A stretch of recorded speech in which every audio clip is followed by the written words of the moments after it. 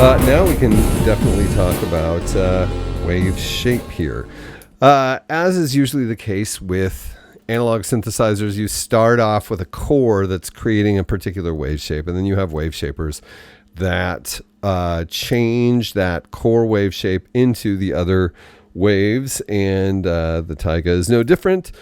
Apparently, it's the architecture of how it does that is different, but in any case, it does give you the sort of four traditional waveforms: a sine wave, a triangle, a saw, and a square pulse, whatever. And right now, we've been listening to the saw.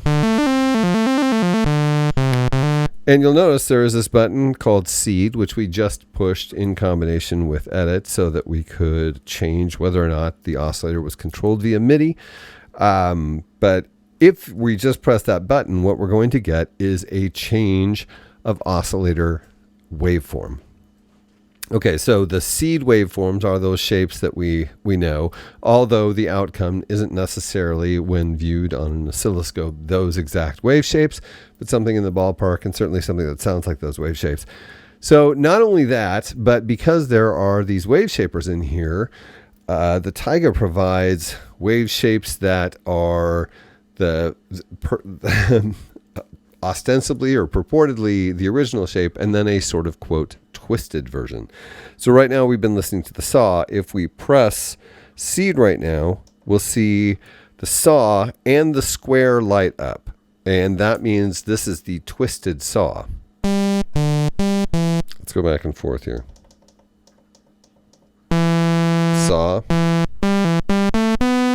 Twisted saw. And this is a pattern that happens throughout this functionality, although that pattern breaks right now because we're going to go to the pulse wave.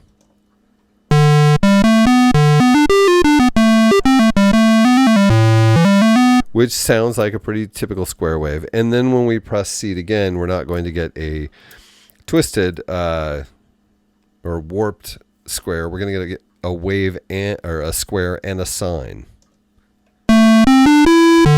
Which you can tell, I mean, when you put a sine under anything, it makes it deeper. And the square wave, which we often use for its big bass, sounds great with a sine wave combined with it.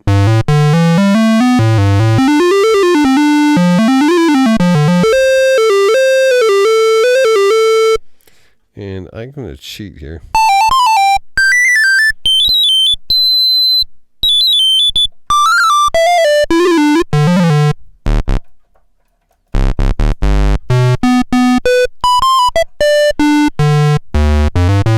Just to give you a good sense of range. Okay, now we're just going to go to this thing that is actually, I'm still not entirely sure how this works, but it apparently gives you a different waveform with each press. Is that possible with each trigger gate input from the keyboard? It's just randomly selecting amongst all the different waves.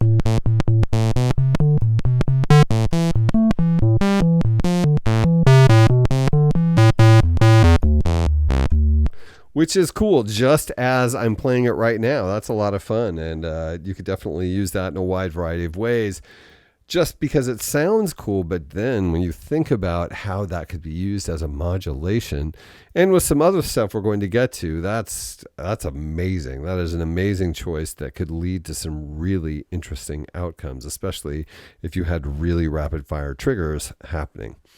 Anyway, so that's a function.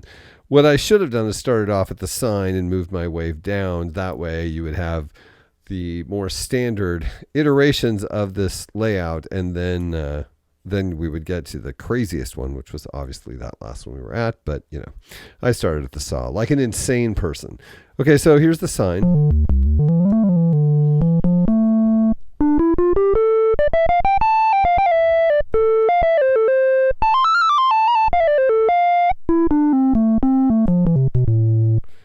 And here is our twisted or warped sine.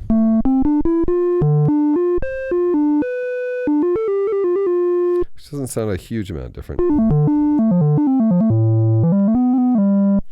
Then we move on to a triangle.